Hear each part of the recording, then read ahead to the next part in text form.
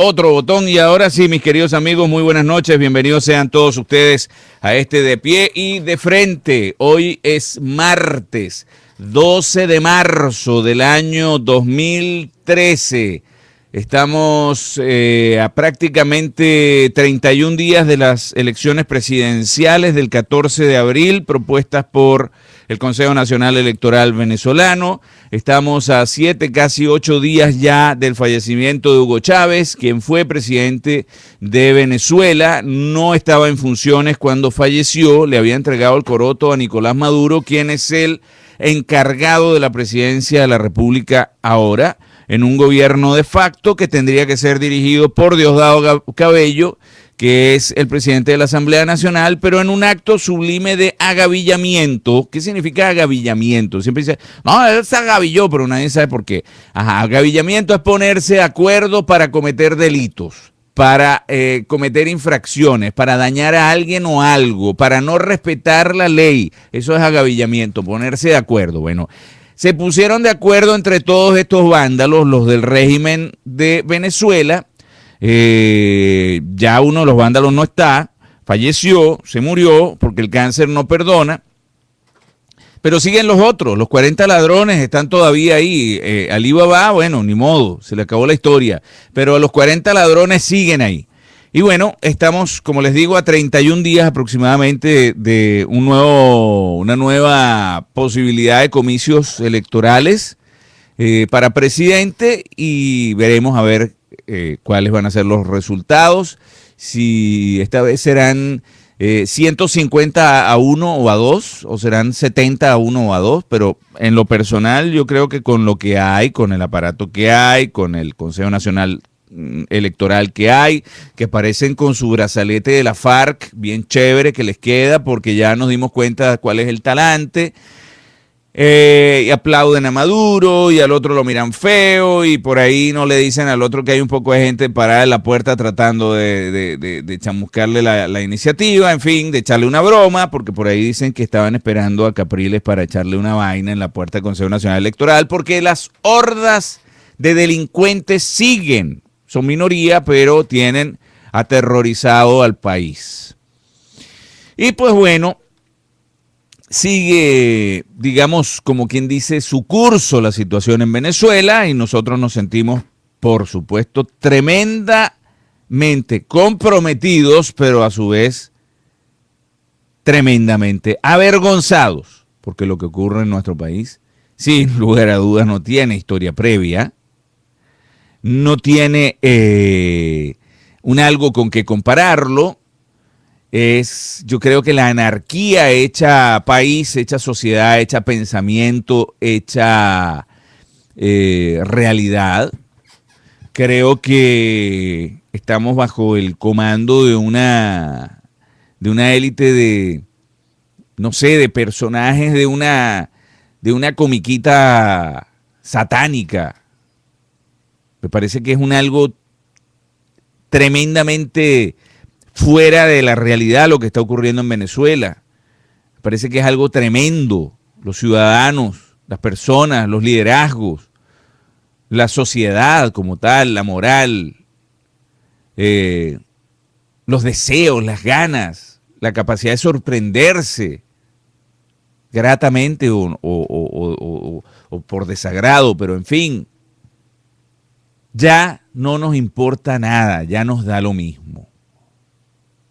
Por este lado no es así. Aquí nos da mucho, nos importa mucho, nos duele mucho, estamos muy preocupados, y gente preocupada es la gente que nos acompaña todos los días y que hace posible que nosotros podamos seguir adelante, como son nuestros hermanos de la Organización Internacional para los Derechos Humanos de las Américas. Libérenlos ya. Libérenlos ya. Organización Internacional de Derechos Humanos para las Américas tiene como objetivo fundamental defender jurídicamente en las instancias internacionales los valores de la democracia, la moral y los derechos de todos los hombres y mujeres que habitamos este continente. Visita nuestra página web www.liberenlosya.com Y o contáctanos y síguenos en nuestra cuenta de Twitter, @libérenlosya_. Libérenlos Ya, Organización Internacional de Derechos Humanos para las Américas. Libérenlos ya, Organización Internacional de Derechos Humanos para las Américas, por ellos y para ellos, por los presos políticos venezolanos, por los presos políticos bolivianos, los presos políticos cubanos, la organización Libérenlos Ya desde Washington, D.C., pues representando y llevando adelante todos los casos de violaciones que hay en nuestra Latinoamérica, porque parte de adecentarla y parte de reconstruirla y parte de hacer un trabajo a favor de la moral y del respeto hacia esas personas es precisamente jamás olvidar, jamás dejar de lado lo importante, jamás desprendernos, repito, de lo importante que es el que por sobre todas las cosas la vida debe ser preservada. Mis amigos, esta noche está con nosotros, déjenme que voy inmediatamente a... no estoy recibiendo video de la doctora, ya seguramente va a estar con nosotros, doctora Paola, si nos puede dar video para tenerla con nosotros ya aquí en esta conversación que vamos a tener esta noche. La doctora Paola Holguín ya la tenemos con nosotros, mis queridos amigos, en video directamente desde Colombia. La doctora Holguín, pues, es parte del equipo, de ese tremendo e importantísimo equipo que trabaja día a día con el presidente Álvaro Uribe en Colombia. La doctora Holguín tuvo la inmensa suerte, como le decía hace unos días atrás, de pertenecer al equipo de gobierno del presidente Uribe y hoy en día pues se encuentra con él también en el trabajo diario a favor de seguir el avance de la justicia, también de la paz, de la libertad y de la democracia en esa Colombia que tanto queremos todos los latinoamericanos de bien y que tanto nos importa porque en definitiva podría ser parte de una lucha por una paz, una justicia y una libertad también para toda una Latinoamérica que está siendo atacada en bloque por un flagelo de una extrema izquierda que pareciera haber llegado para querer quedarse. Doctora Holguín, yo le agradezco de verdad muchísimo esta noche el que nos acompañe, que se haya conectado con nosotros y nos regale estos minutos desde Colombia. Quisiéramos que nos comente un poquito sobre cómo ve esta Latinoamérica, cómo ve a Colombia, que está sin lugar a dudas y siendo uno de los países realmente importantes por su fuerza dentro de esta Latinoamérica. ¿Cómo ve a esta Colombia que lucha por la paz y por la justicia, por la democracia y por la libertad, inserta dentro de esta Latinoamérica que está de alguna manera tocada por los designios de una Cuba, que es la que parece que decide a su conveniencia los destinos de una Latinoamérica a la que ella también pertenece, pero a la que no le está haciendo sino daño? Doctora, buenas noches, bienvenida, el micrófono es suyo. Buenas noches, muchas gracias a ti y a todos los oyentes del programa. Gracias por tus palabras tan generosas con el expresidente Uribe. Un saludo a todas las personas que esta noche nos escuchan. Frente a América Latina es importante manifestar la preocupación profunda por el retroceso que se viene presentando en algunos países del continente frente a la democracia, pero sobre todo preocupación por el silencio de los organismos internacionales y de los países que se dicen democráticos frente a esos atropellos. Cuando nosotros, durante el gobierno del presidente Uribe, trabajamos para profundizar la democracia en nuestro país, dijimos que para saber si una democracia en América Latina era de avanzada o retardataria, era caudillista o de instituciones, teníamos que hablar de 5 elementos básicos. El primero es la seguridad. No es posible que exista un país con una democracia fuerte si no hay seguridad para todos los ciudadanos. El segundo elemento, las libertades, incluida la libertad de emprendimiento. Mire, uno de los graves problemas que enfrentan muchos países latinoamericanos hoy es el atropello a la empresa privada y el ir desbaratando los aparatos productivos que finalmente son los que permiten al lado de la inversión generar riqueza para hacer política social. Entonces, ese tema nos preocupa. Un tercer elemento es la cohesión social. Nosotros no podemos hablar de democracias fuertes si no son democracias que se preocupan por construir riqueza y bienestar para todos sus ciudadanos. Mire, antes se creía que el discurso de la seguridad era un discurso de derecha y que el discurso de política social era un discurso de izquierda. Nosotros creemos que la seguridad como derecho humano no es un tema ideológico, no es un tema que se pueda catalogar de derecha o de izquierda, porque es un derecho humano y un bien público. Y la política social, como elemento fundamental de cualquier democracia, tampoco puede ser un discurso o una herramienta de los gobiernos de izquierda. Hoy todo país que se precie de ser democrático tiene que luchar por darle mejores condiciones de vida a sus ciudadanos. Mejores condiciones que son posibles si hay seguridad y si hay inversión. Mejores condiciones que son posibles si el país puede crecer económicamente, porque si no, es solo discurso social y demagogia, donde lo único que termina distribuyéndose es pobreza. Un cuarto elemento que nosotros defendemos es la independencia de las instituciones que conforman el Estado. Estados que no respeten la independencia de todas las instituciones que los conforman terminan siendo simplemente dictaduras con votos. Entonces, otro elemento que nosotros defendemos es que cada una de las ramas del poder y de las instituciones trabajen en armonía, pero con independencia y con respeto, para que no se pierda los pesos y contrapesos fundamentales en los sistemas democráticos. Y un quinto elemento es la participación ciudadana, es la transparencia. Miren, nosotros creemos que es imposible que existan sociedades democráticas hoy, que los ciudadanos están más formados y más informados, que no abran canales amplios de participación para que sean los ciudadanos los que se encarguen del diseño, de la implementación y el control de las políticas públicas.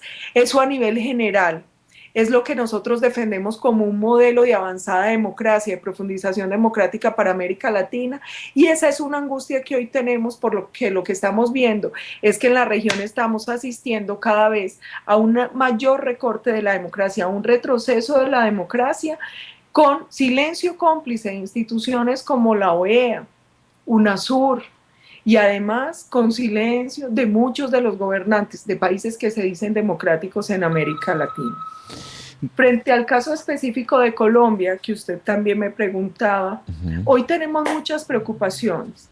La primera preocupación es que los colombianos, cuando votaron por Juan Manuel Santos, lo hicieron dándole un mandato de continuidad sobre las políticas del expresidente Álvaro Uribe Vélez. 9 millones de colombianos depositaron su voto con fe en que él iba a mantener el rumbo que el país traía.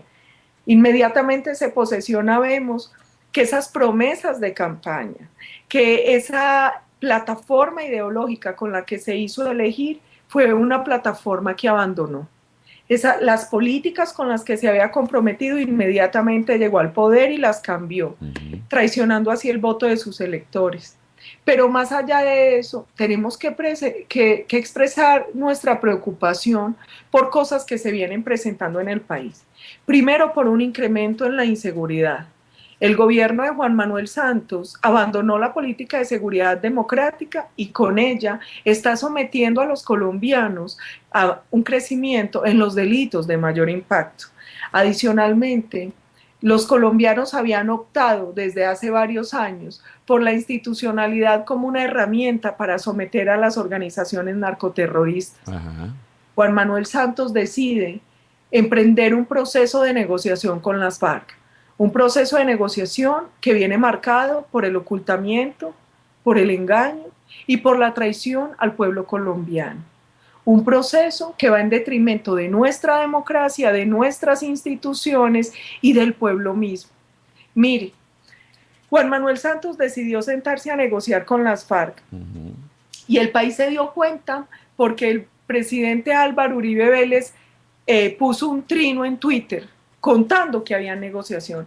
Inicialmente, el ministro de Defensa y la ministra de Relaciones Exteriores salieron a negar que se estaba adelantando el proceso, pero cuando la evidencia fue más poderosa que sus palabras, el gobierno se retractó y tuvo que decir que evidentemente estaba adelantando un proceso de negociación con las FARC en Oslo y luego inicia el diálogo en Cuba.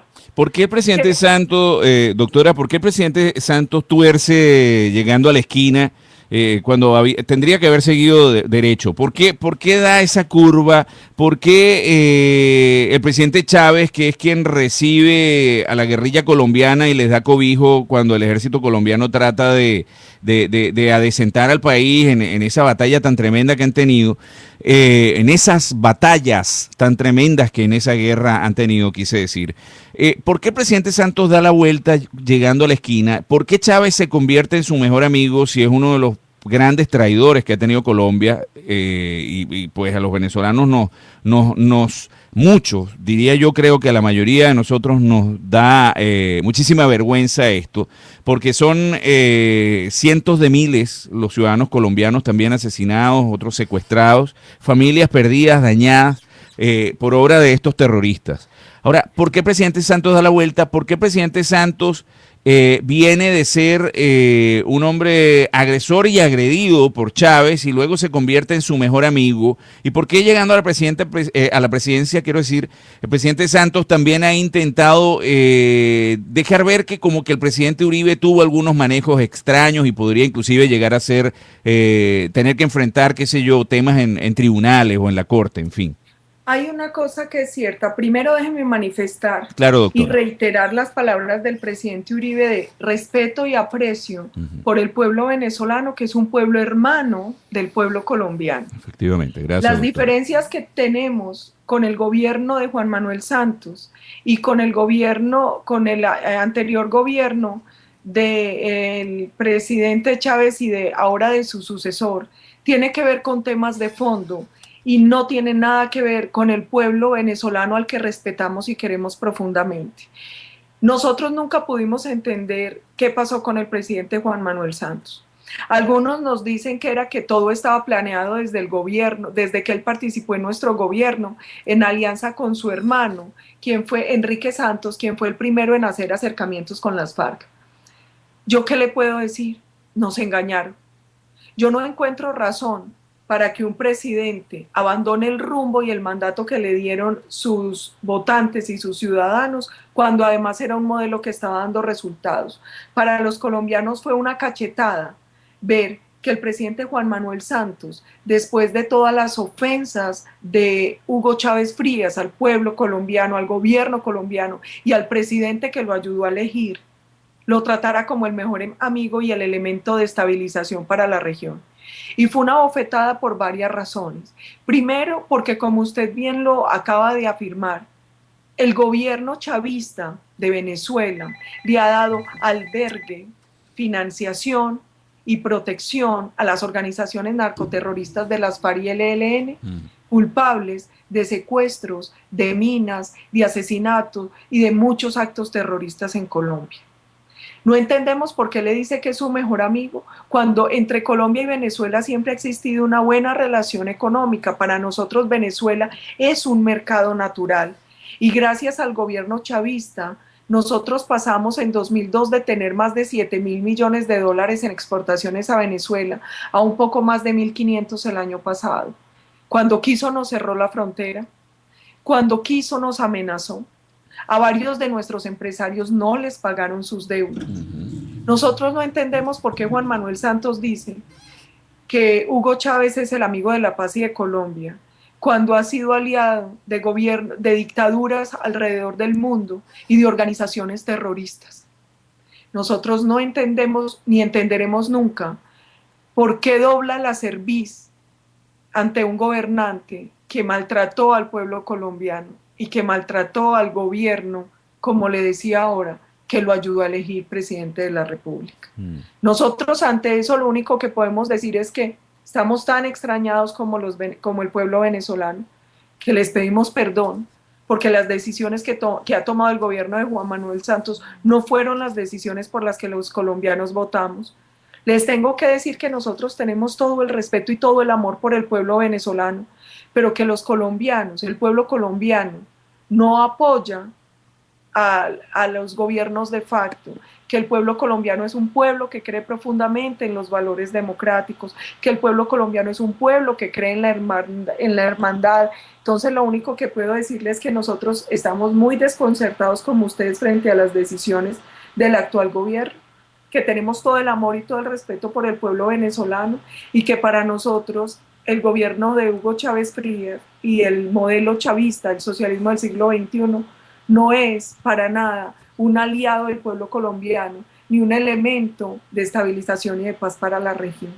Doctora, tengo una llamada en espera, vamos a ponerla al aire y luego le voy a formular algunas otras preguntas que están surgiendo. Buenas noches, adelante, estamos al aire. Muy buenas noches, Paul. Habla Francisco Pozo desde Caracas. Y bueno, saludos y admiración a Pablo Andrea Holguín. Llamaba porque quería plantear varias visiones. Si bien es cierto que se optó por Juan Manuel Santos por la continuidad de lo que es la seguridad democrática, la política de Álvaro Uribe, también es cierto que las circunstancias y la geopolítica binacional, específicamente en la frontera, el análisis es mucho más extenso de lo que son solamente las relaciones comerciales. Por lo menos desde el Programa Nacional para las Naciones Unidas, las cifras y la información que se recibe de parte de las autoridades, los representantes del PNUD, es de una inmensa cantidad de colombianos hipotéticamente o supuestamente desplazados de Colombia hacia Venezuela con calificación de desplazados. Entonces, bueno, ahí hay varios interrogantes para que considere Pablo Andrea Holguín. Primero, conozco perfectamente Colombia, tanto geográficamente como su historia, y soy hijo de padres colombianos del Valle del Cauca. Y a mí siempre me ha extrañado que por qué hay desplazados en Venezuela si la situación económica en Venezuela es peor. A veces no lo entiendo y las autoridades, las personas con las que he tenido oportunidad de hablar me dicen que no, que esos son, bueno, que si por la guerrilla o por los paramilitares, pero que efectivamente existen. Y yo a veces me pregunto, bueno, ¿serán realmente desplazados por los paramilitares y la guerrilla o será realmente parte de ese grupo? ¿No será de repente un caballo de Troya de grupo de personas que se hacen pasar por desplazados, así como para formar comunidades que puedan atentar contra la seguridad de Colombia desde el territorio venezolano? Sabemos de una gran cantidad de crímenes y prácticas que de la delincuencia y en lo que es el eje llanero, en el centro llano de Venezuela, de lo que es los secuestros express, la práctica de la vacuna.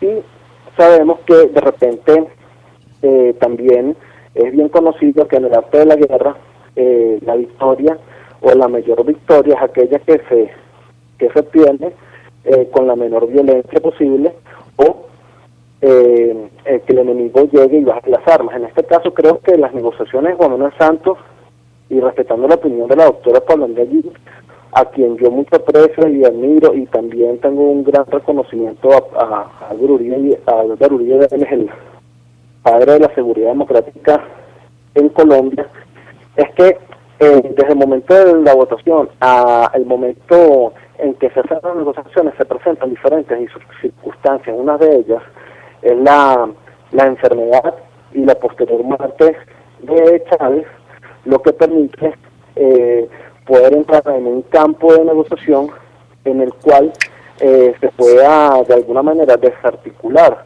la insurgencia en Colombia. Ese es mi punto de vista y bueno, quisiera tu loable opinión. Creo que hay muchas cosas en que profundizar y creo que en la geopolítica, en lo que es la seguridad binacional, muchas veces las cosas se interpretan para lo conveniente. Creo que no deja de ser buenos amigos Álvaro Uribe Vélez y Juan Manuel Santos, y creo que es muy sabido en lo que es la intimidad de lo que son las amistades políticas de los partidos liberal y conservador en Colombia, que no es una cosa es el discurso mediático y otra cosa es el gran afecto y la gran estrategia para poder atacar y poder terminar con la insurgencia en Colombia. Un abrazo. Gracias. Señor Olguín, y bueno, igualmente para ti, Paul. Muchísimas gracias. Gracias por participar y gracias por la llamada, mis amigos. Le entregamos nuevamente el micrófono a la doctora Paola Holguín directamente desde Colombia. Doctora, adelante. Bueno, primero un abrazo, muchas saludes a tus papás del Valle del Cauca, y quiero tocar varios temas de los que hablaste. Primero, sobre el tema de los desplazados. En realidad, Colombia tiene un problema de desplazamiento muy grave por el actuar de las organizaciones criminales en el territorio. Durante el gobierno del presidente Álvaro Uribe Vélez, nosotros logramos una ostensible reducción del desplazamiento, y de hecho, gracias a la política de seguridad democrática, logramos que muchas personas retornaran a su lugar de origen. Sin embargo, nosotros también tenemos preocupación porque, si bien pueden ser muchos de verdad desplazados, puede que suceda lo que señalaba el oyente, y es que muchas personas que en realidad pertenecen a la organización terrorista de las FARC se hagan pasar como desplazados para recibir albergue y atención en Venezuela. Mire, yo recuerdo que nosotros hicimos una denuncia en la OEA, terminando el gobierno, en la que les mostrábamos la ubicación de 87 campamentos terroristas de las FARC en territorio venezolano, y les señalamos la presencia de unos 1.500 guerrilleros allá. Entonces, esa fue una preocupación que nosotros tuvimos todo el tiempo, que le denunciamos al gobierno venezolano en su momento y que denunciamos internacionalmente ante la OEA. Una preocupación es que esas denuncias que hicimos fueron abandonadas por el gobierno de Juan Manuel Santos. Frente al tema del proceso de paz, yo difiero un poco y de manera muy respetuosa del oyente, porque no creo que permita desarticular a la organización terrorista. Y no permite desarticularla porque nosotros lo que estamos viendo es que quienes están negociando en Cuba no representan a todos los frentes de la organización terrorista FARC. Muchos han expresado abiertamente que no se sienten representados por quienes están en La Habana, y la prueba de que ellos no están controlando a todos sus hombres es que decretaron 60 días de cese al fuego unilateral, una tregua navideña que ellos denominan, y durante esos 60 días Colombia sufrió 57 ataques de esa organización terrorista. La otra cosa por la que no creo que se pueda desarticular y que eso no sirva para llegar a la paz es porque, tal como están planteadas las negociaciones hoy, con el marco jurídico para la paz, las FARC van a tener impunidad y van a tener elegibilidad. Y esa es una de nuestras grandes preocupaciones, porque desconociendo los derechos que tienen las víctimas a verdad, justicia y reparación, hoy el marco habla de que los miembros de las FARC no tendrán que pagar un día de cárcel, no tendrán que restablecer los derechos a las víctimas, y adicionalmente ellos están hablando de elegibilidad y de algunas curules en el Congreso representando a algunas minorías. Yo me pregunto, ¿a quién representan? ¿A los narcotraficantes? ¿A los terroristas? ¿A los asesinos del pueblo colombiano? Porque esa minoría que ha derramado sangre de colombianos durante tantos años, hoy van a tener derecho a ir al Congreso o a curules. Mire, eso es una democracia de fusil que los colombianos no nos podemos dejar imponer. Claramente lo dice la Constitución: quienes hayan cometido delitos políticos pueden aspirar a cargos de elección popular, pero delito político es el que hace política de manera ilegal, no el que asesina, secuestra a nombre de supuestos idearios políticos. Entonces, frente a eso, no creo que este proceso de paz represente ninguna paz ni ninguna desarticulación de esta organización armada para los colombianos. Frente al tema de Uribe y Santos, quiero aclararle al oyente de manera también directa y con todo el afecto que esa relación sí se rompió, y no se rompió por un tema personal. La relación entre Álvaro Uribe y Juan Manuel Santos se rompió, porque cuando el expresidente Uribe le ha expresado todo el tiempo, de manera respetuosa, directa y frentera, los elementos con los que no está de acuerdo con el presidente Juan Manuel Santos, el presidente se ha hecho el sordo y en cambio ha engañado, ha perseguido a los funcionarios del uribismo y ha maltratado al expresidente Uribe. Mire, porque yo quiero que la gente escuche con detenimiento declaraciones de Juan Manuel Santos y van a ver cómo él se refiere a los uribistas como mano negra, tiburones, perros, canallas, perros, rufianes de esquina. Entonces, no creo que ese sea el tratamiento de un presidente a quienes respetuosa y democráticamente le están haciendo oposición. Y otra cosa es, aquí el tema no es de vanidad, aquí el tema no es de unas relaciones que se rompen por un tema personal, aquí lo que hay es una preocupación de un expresidente por un país, por unas políticas por las que los ciudadanos votaron y ante las cuales hoy se ven defraudados por un gobierno que decidió girar a otro lado. Doctora, ¿qué futuro se le ve desde esta Colombia de Juan Manuel Santos actual, la de este instante? ¿Qué futuro se le ve a Colombia? ¿Qué futuro le ve usted a Colombia? ¿Cómo visualiza usted la Colombia a corto y mediano plazo?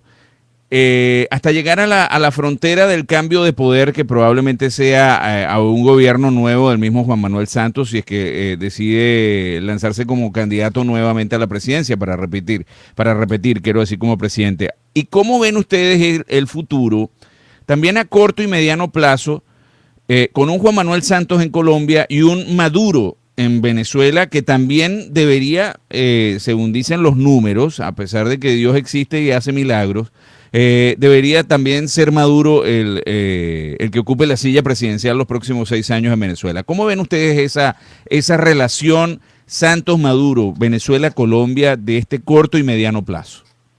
Bueno, hay una cosa clara y es que el futuro, el próximo de Colombia no es muy alentador. Y no es muy alentador porque estamos viviendo una crisis de seguridad, no es muy alentador porque vemos un proceso de caída económica, de desaceleración de la producción industrial. Vemos además una serie de protestas porque cada vez el sector agropecuario colombiano está más afectado por la indolencia del actual gobierno. Vemos además una crisis social y un crecimiento del desempleo. Entonces, el panorama en el corto plazo para Colombia no es muy alentador. Además, por todas las dificultades que señalaba ahora, que frente al proceso de paz, mire, además es muy extraño, porque a Juan Manuel Santos le gustan mucho las encuestas, y las últimas encuestas lo que han mostrado es que los colombianos no aprueban su gestión, no aprueba cómo maneja la política de seguridad, no aprueba cómo está manejando el tema de la guerrilla en Colombia. Y lamentablemente hoy, la visión de los colombianos es tan pesimista como la que recibimos nosotros en 2002 del presidente Andrés Pastrana.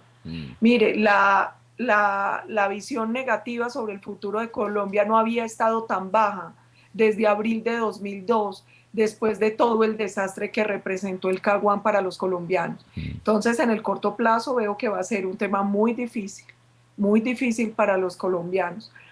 ¿Qué pasa electoralmente? Juan Manuel Santos no sabemos si se va a presentar a elecciones o si en cambio va a lanzar a alguno de sus ministros, probablemente a Germán Vargas Lleras, porque Juan Manuel Santos es un hombre, digamos que un poco vanidoso, y ahora en las encuestas no le está yendo bien.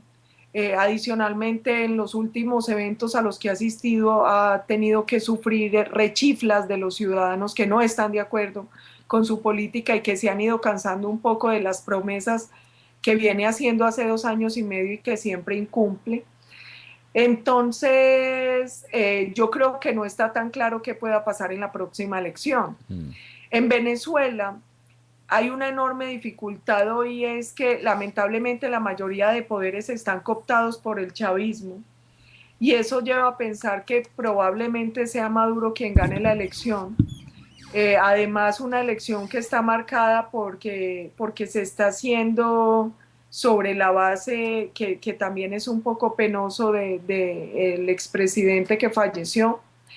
Pero como usted dice, Dios existe y los milagros existen. A mí me preguntaban de una revista virtual hoy que quién le convenía más a Colombia, si Capriles o Maduro. A mí no me cabe duda que ojalá fuera Capriles.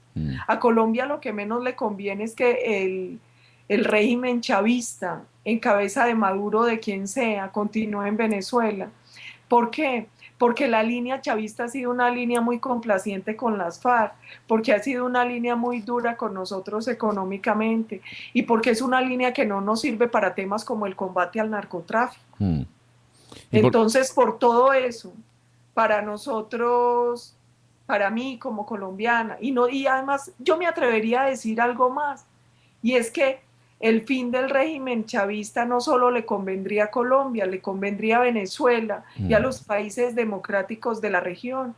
Mire, es indudable la manera de, digámoslo que un poco descarada, en que el régimen chavista interviene en elecciones de otros países. Entonces yo creo que por bien de la democracia, por bien de Venezuela, que también tiene que salir adelante de una serie de elementos como la destrucción del aparato productivo, el problema que hay hoy de una sociedad totalmente polarizada y marcada por odios, el tema de desabastecimiento de alimentos, el tema de la inflación. Entonces yo creo que... La invasión cubana. Por ejemplo... Sí.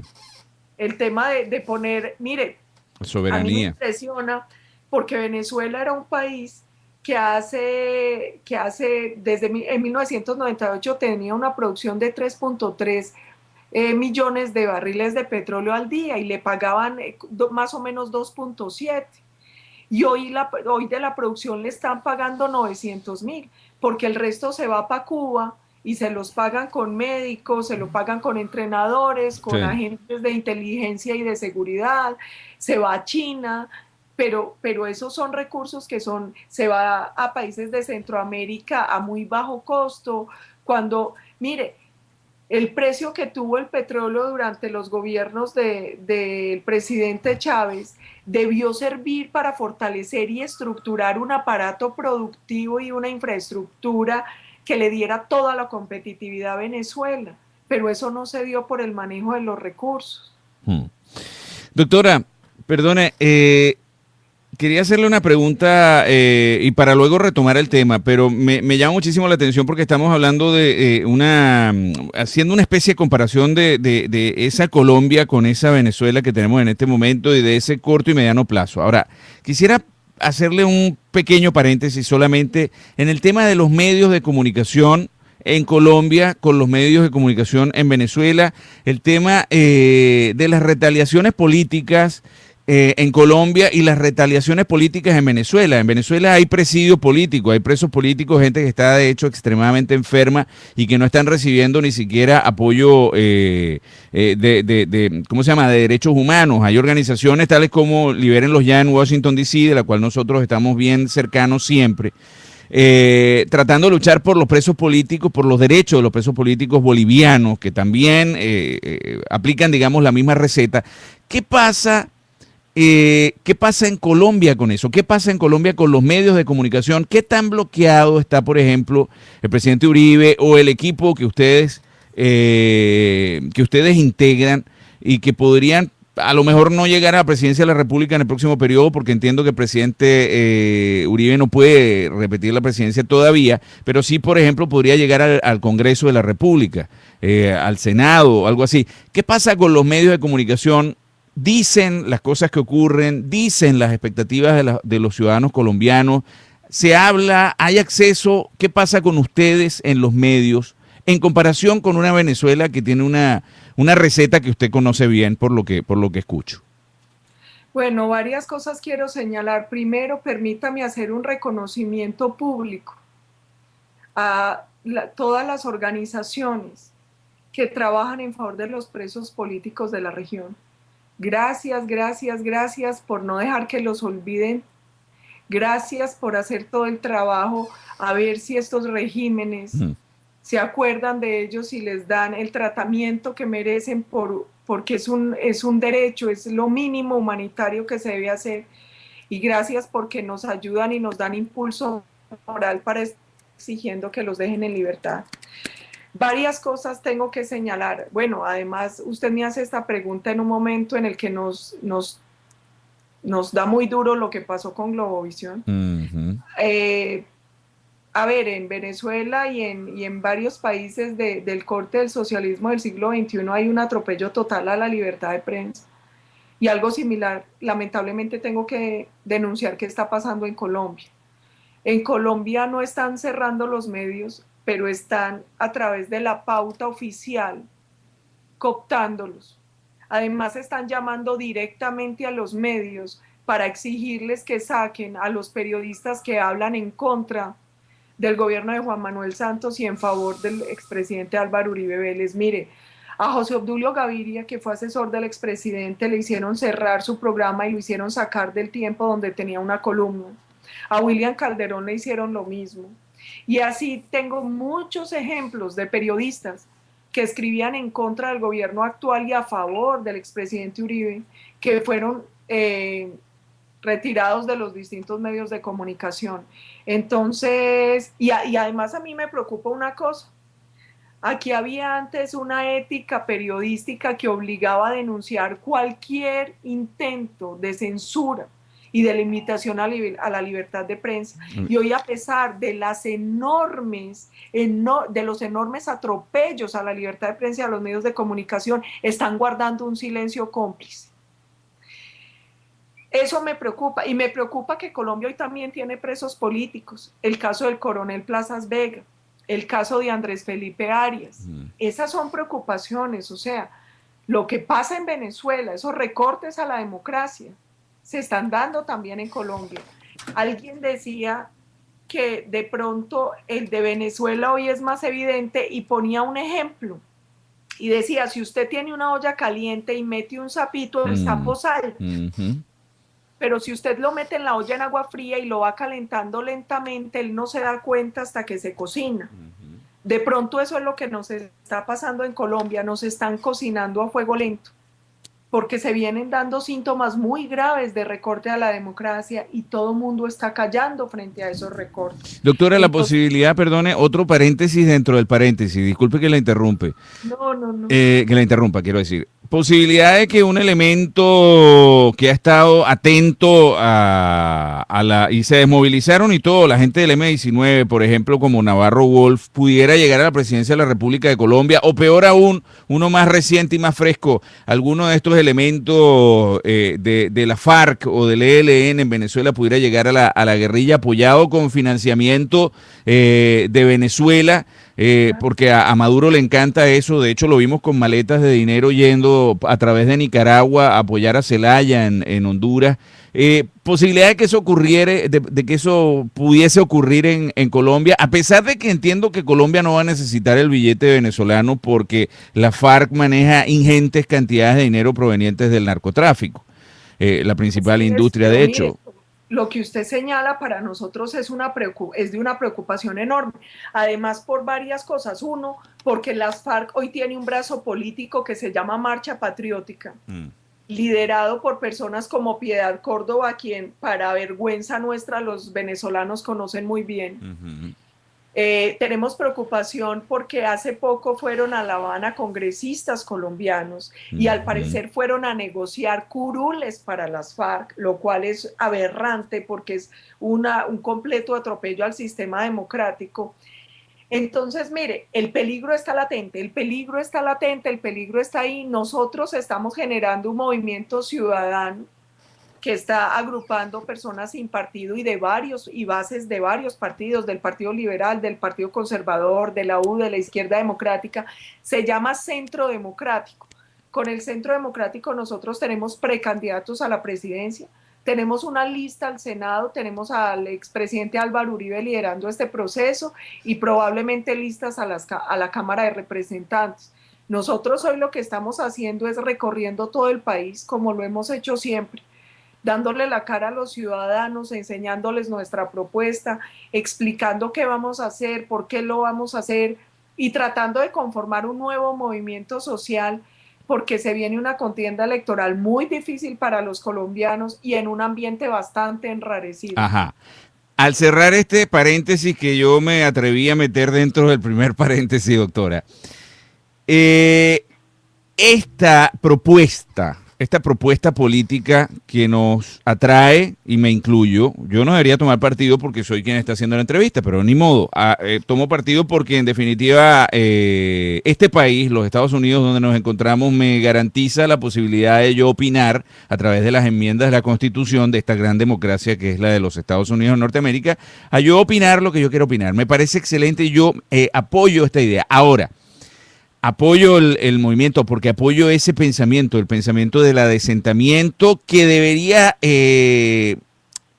ser hecho en bloque en una Latinoamérica que está siendo atacada. Esto es una zancadilla múltiple la que se le está haciendo a Latinoamérica y creo que tiene que tener un parado. Hay que detener esto de alguna manera y tiene que ser en bloque. Si los ciudadanos bolivianos se sienten afectados por la receta que les está aplicando el régimen de Evo Morales en Bolivia, pues deberían tener, es más, yo los invito a agregarse a los ciudadanos venezolanos que se sienten también afectados por lo que ocurre en Venezuela en su contra y a los ciudadanos colombianos que se sienten afectados por lo que ocurre en Colombia en su contra y así en todos los países que integran este aparato perverso que se llama el ALBA, que en definitiva trae como consecuencia, digamos, que solamente salga beneficiado ni siquiera Cuba, porque los hermanos cubanos también están sumamente deprimidos.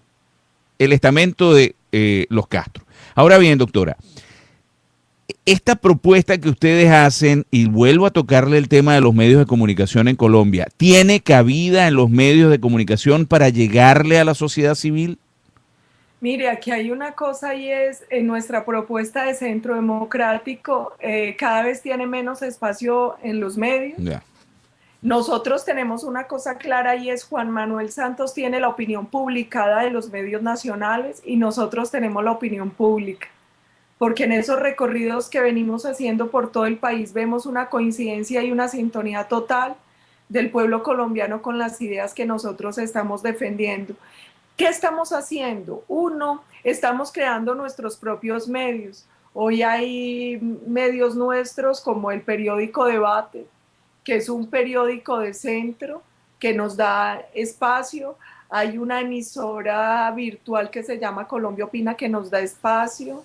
El Twitter para nosotros, o Twitter, se convirtió en una herramienta fundamental para hacer difusión a nuestras ideas políticas y obviamente el cara a cara. Nosotros estamos trabajando en pequeñas células por todo el país, hablando de la doctrina, de la plataforma, de la necesidad de la defensa de la democracia en Colombia y en la región y de las cosas en las que creemos para que Colombia ocupe el lugar que merece en el concierto internacional. Yo creo que el llamado que usted hacía ahora, muy generoso además, y toda la gratitud, porque es un honor que alguien como usted apoye el Centro Democrático. Gracias, doctora. Pero una cosa muy importante es, los ciudadanos en América Latina no podemos guardar silencio cómplice. Si nuestros gobiernos deciden hacerlo, nosotros no podemos hacerlo. La gran conquista de nuestros pueblos que tanto sacrificio nos ha costado es la democracia. No podemos permitir ahora que nos la atropellen. Nosotros tenemos que luchar por las libertades que merecemos, por el desarrollo de nuestros pueblos, por esos valores que nos pueden hacer grandes, porque hoy América Latina puede convertirse en una oportunidad para el mundo, pero siempre y cuando lo hagamos bajo parámetros democráticos. Los otros regímenes no han dado resultado y nosotros vemos la situación a la que han llevado esos países a sus pueblos. Entonces despertemos, alcemos la voz, unámonos. Mire, el régimen chavista ha tenido muchos defensores. A la democracia le han faltado defensores en América Latina. Sí. Esa era la otra pregunta que le iba a hacer. Un tanto ese concierto internacional, esa vecindad, la vecindad de Colombia, quisiera que usted me hiciera un pequeño paseo. Ya más o menos nos quedó claro, bueno, no, más o menos no le voy a mentir, nos quedó bastante claro y tenemos bastante claro, creo, desde hace muchísimo tiempo. el cómo se comporta Venezuela como vecino con Colombia, pueblo a pueblo, que es una cosa, y gobierno a gobierno, que es otra completamente diferente. Ahora, por ejemplo, un Ecuador, un Brasil y los demás países con los que puede tener o puede no tener espacio limítrofe o coincidencia en tierras, digamos, Colombia, pero por ejemplo un Chile, una Argentina, un Uruguay, un Paraguay, inclusive la misma Centroamérica, esa Nicaragua que le buscó Camorra a Colombia hace algunos meses atrás, o cosa de un año, por las islas. No la sigue buscando. Ellos Sí. se quieren quedar con San Andrés. Ya. El gobierno se está quedando callado. Y La lo- base popular colombiana no. Nosotros estamos defendiendo que se desacate ese fallo, porque es un fallo injusto, es un fallo que atropella la soberanía y la seguridad nacional de Colombia. Entonces, así el presidente Juan Manuel Santos esté callado y sea cómplice de ese fallo injusto, los colombianos de a pie, los ciudadanos estamos diciendo, desacatamos al fallo, no al fallo, porque San Andrés es Colombia, porque esas aguas son nuestras, Providencia es nuestra, los Cayos son nuestros y no nos los vamos a dejar quitar. Esos 73, más de 73,000 kilómetros cuadrados de Mar Caribe son de nuestros raizales, son de los colombianos, son de nuestra gente. Entonces, no crea, es bien adversa la situación, Claro, porque la alianza de todos los países del ALBA ha sido muy dura con el claro, colombiano. claro, es Alba contra Colombia. Sí, Sí. y por eso es absurdo que ahora el presidente de Colombia quiera parecer amigo de quienes nos han atropellado. A la gente no se le puede olvidar el albergue que le daba el gobierno ecuatoriano a las FARC, no se le puede olvidar que allá estaba Raúl Reyes y hasta allá se tuvo que llegar por él, no se les puede olvidar todos los desplantes y todo lo que nos han hecho esos países. Eso sí, yo tengo que ser honesta también y creo que de los países del ALBA quien ha guardado una postura más prudente o de UNASUR ha sido Brasil. Brasil tiene el 39% de UNASUR y Brasil ha sido un país más o menos moderado frente a Colombia. Sí. Perú, Chile, Uruguay, Paraguay. El presidente ha tenido muy buenas relaciones, el expresidente Uribe, con el gobierno chileno. Es que nosotros en general, puedo decirle que siempre tuvimos una relación muy respetuosa con la mayoría de gobiernos.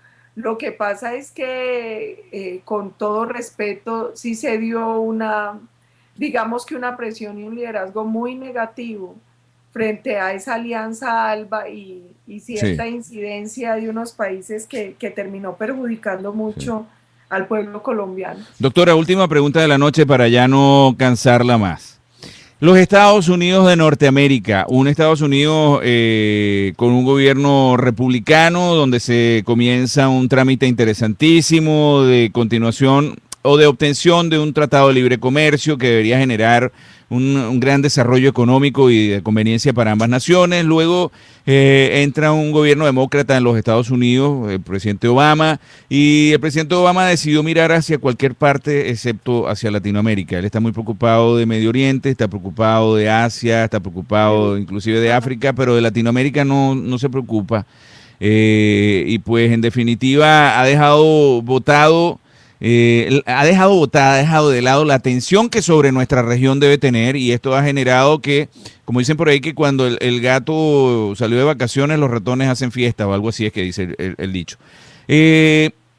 Los Estados Unidos con presidencia demócrata ante un presidente como el presidente Santos, y ante lo que significa la verticalidad moral de un presidente Uribe, que en este momento no está en la presidencia, pero que puede, sin lugar a dudas, ser el hombre que representa el pensamiento del ciudadano, ese deseo de respeto, ese deseo de garantía de la vida, de respeto de la vida, de echar y de marchar hacia adelante y de empujar hacia adelante el país. ¿Cómo ve usted los Estados Unidos actual con respecto a la Colombia actual y qué puede ocurrir en términos de corto y mediano plazo también, toda vez que acaba de ser reelecto el presidente Obama y pues quedan 4 años, ¿no?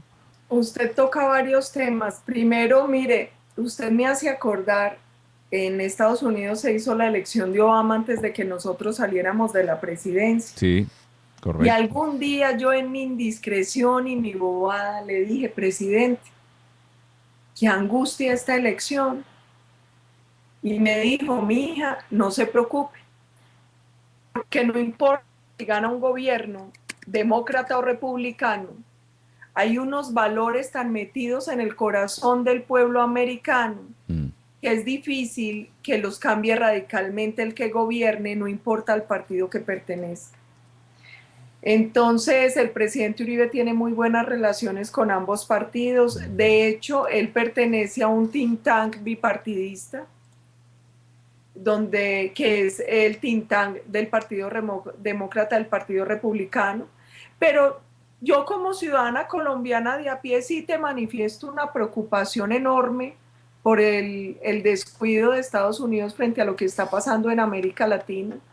Sí tengo que manifestar mi preocupación, por ejemplo, frente al TLC por una cosa, y es que para países como Colombia, los tratados de libre comercio se pueden convertir en una herramienta importante para el crecimiento económico y el avance social, pero eso necesita responsabilidad de lado y lado. Necesita responsabilidad de nuestros países para tener desarrollo de infraestructura, de ciencia y tecnología y de elementos que nos permita ser competitivos en estos tratados de libre comercio, que yo creo que el tratado que se hizo entre Estados Unidos y Colombia bajo el liderazgo del presidente Uribe se logró llevar a buen fin de una manera que fuera justa y conveniente para ambos países. Sin embargo, si no hay voluntad política en esos procesos de implementación de parte de Estados Unidos, de verdad que termina siendo un canto a la bandera. Y si el gobierno colombiano no se preocupa por blindar y por ayudar a las empresas, por fortalecerlas y a toda la estructura productiva para poder llegar a esos mercados, nada nos ganamos con esos tratados. Doctora, nos llega una pregunta a través de nuestra productora, María Sorocay Machelini, dice así, pregunta para la doctora Paula Holguín. Doctora, el giro de 90 grados del presidente Santos nos podría hacer pensar que había un interés marcado de Chávez, Santos y Correa de matar a Manuel Marulanda, como también al Foro de Sao Paulo. ¿De qué? ¿De matar? Sí, a Manuel Marulanda, como también al Foro de Sao Paulo. Interpreto, no entiendo muy bien la pregunta, pero interpreto algo así como que ¿cree usted que haya podido haber una componenda entre Correa, Santos y Chávez para salir de Marulanda, para acabar con la guerrilla de la FARC o algo así? Yo no me atrevería porque uno en esto tiene que cuidarse de hacer afirmaciones a la ligera. El problema es que de la manera en que ha manejado el país, el presidente Juan Manuel Santos genera suspicacias frente a muchas cosas. Doctora, ahora sí, para despedirnos, ¿el presidente Uribe llegará a ser senador de la República en Colombia? Yo espero que con la generosidad infinita del pueblo colombiano a sus 8 años de gestión, con el liderazgo indiscutible que va más allá de las fronteras del presidente Uribe, se dé no solo que el presidente sea senador, sino que logre una gran mayoría parlamentaria para adelantar las reformas que el país necesita.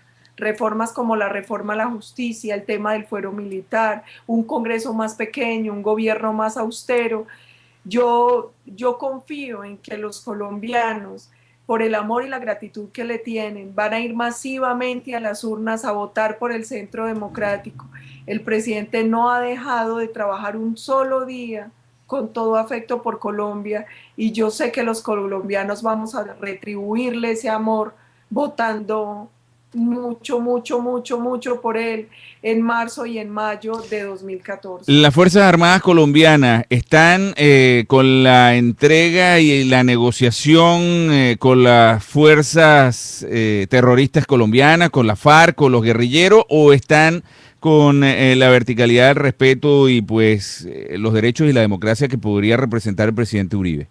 Mire, nosotros tenemos unas fuerzas militares y de policía con un carácter enormemente civilistas, heroicas como las que más, pero hoy tienen una enorme dificultad, y es que el máximo comandante de las fuerzas militares y de policía en Colombia constitucionalmente es el presidente de la República, y él les está mandando mensajes equivocados, porque un día les dice vayan a combatir las bandas criminales y las FARC, y al otro día les dice estoy en Cuba negociando y las negociaciones van bien, porque les dice tenemos que acabar con el negocio del narcotráfico, pero al otro día dice que está pensando en la legalización de las drogas. Entonces, ¿cuál es el problema que tenemos? Que tenemos unas fuerzas militares heroicas por las que sentimos todo el afecto y todo el respeto a los colombianos, pero tenemos un comandante y jefe de esas fuerzas enviando mensajes equivocados y además acabando con la moral de nuestras tropas, porque hoy tenemos más o menos 13.000 miembros de las fuerzas en situaciones difíciles, jurídicas, y el gobierno no está dándole celeridad a sus procesos, no los está respaldando en la defensa judicial. Entonces creo que tenemos unos hombres y mujeres muy valerosos en nuestro ejército, en nuestra fuerza aérea, nuestra armada y nuestra policía, pero tenemos un comandante y jefe que no está haciendo la tarea. Doctora Paola Holguín, le quiero agradecer de verdad muchísimo esta hora que le robamos. Quiero, pues, por supuesto, y aquí en vivo delante de todos los amigos que nos siguen, poner este aparato desde aquí, desde Miami, totalmente a la disposición de ustedes. Queremos ser una herramienta de beneficio para Colombia.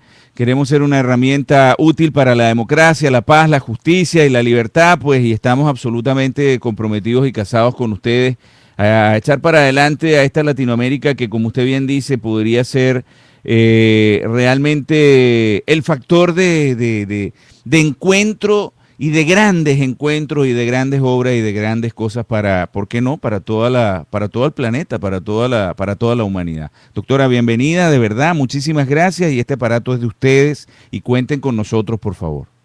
De nuevo a usted toda la gratitud, a los oyentes 1000 veces gracias, a las organizaciones que trabajan por la libertad de los presos políticos, el reconocimiento, y bueno, a ese pueblo venezolano al que amamos profundamente, un abrazo, fortaleza, y termino con una frasecita para la región que siempre en los momentos de dificultad nos repetía el expresidente Uribe. Ahora puede que no la recuerde del todo bien, pero dice: las borrascas que se suceden son señales de que presto ha de serenar el tiempo y sucedernos bien las cosas, porque después de haber sufrido tanto tiempo el mal es porque el bien está ya cerca. Sí, señor. Entonces, creo que la dije un poco mal, pero la idea es firmeza, fortaleza y combatividad para defender la democracia. Sí. No vamos a doblar la cerviz. No. Y de pie y de frente, así como se llama este programa. Doctora, muchísimas gracias. Toda la gratitud a ti. Dios la bendiga. Muy buenas noches, doctora. Muchísimas gracias y espero poderla tener pronto otra vez con nosotros si usted nos da la oportunidad. Claro que sí. Muy amable. Muchísimas gracias. Y saludos al presidente Uribe. Nuestros respetos y nuestro estímulo, nuestro apoyo y nuestro cariño para el presidente. Con el mayor gusto y un abrazo enorme, enorme a ustedes. Gracias, doctora. Muy buenas noches. Mis queridos amigos, desde Colombia, directamente en exclusiva, la doctora Paola Holguín para esta De Pie y de Frente a través de radionext.com, La Voz de la Libertad. Nosotros estamos con ellos, estamos comprometidos, estamos con la paz, la justicia, la democracia, la libertad de nuestra América y pues por supuesto de esa Colombia amorosa a la que nosotros también amamos y por la que también estamos dispuestos a dar cada minuto, cada segundo, cada gota, cada pensamiento, cada neurona. Así es que tenemos que seguir adelante todos unidos en bloque y así es como vamos a lograr volver a amalgamar a nuestra América para que sí de verdad sea esa América que el verdadero Simón Bolívar soñó, donde todos los latinoamericanos sonriamos, seamos felices y podamos sentirnos realmente hermanos, distantes de todas esas cosas extrañas que últimamente nos han sembrado. No merecemos eso, merecemos una Latinoamérica unida y amorosa, y sobre todo pues al calor, a la guía y a la forma, a la orientación de pues personas, inclusive como la doctora Holguín, que siendo tan joven tiene una gallardía tan grande, pues de aplaudir, de respetar y pues por supuesto de seguir. Mis amigos, nos despedimos, si Dios quiere, hasta mañana, agradeciéndole nuevamente a la doctora Paola Holguín desde Colombia. Gracias, doctora, muy buenas noches. Nos vemos en una próxima oportunidad. Un abrazo y hasta pronto. Muy buenas noches.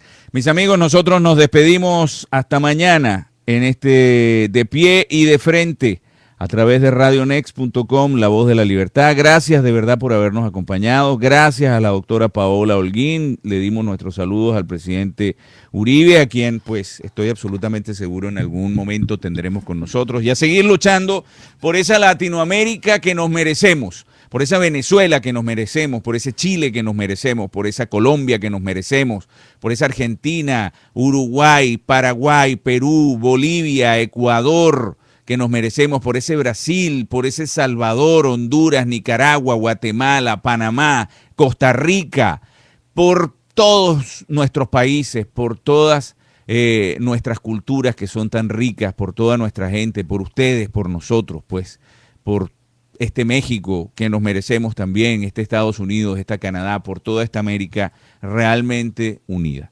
Cuídense mucho, mis amigos. Nos volvemos a encontrar mañana y dentro de algunos minutitos estará ya dando vuelta el link de la grabación de este programa que siempre pone a rodar nuestra queridísima productora María Sorocay Macellini.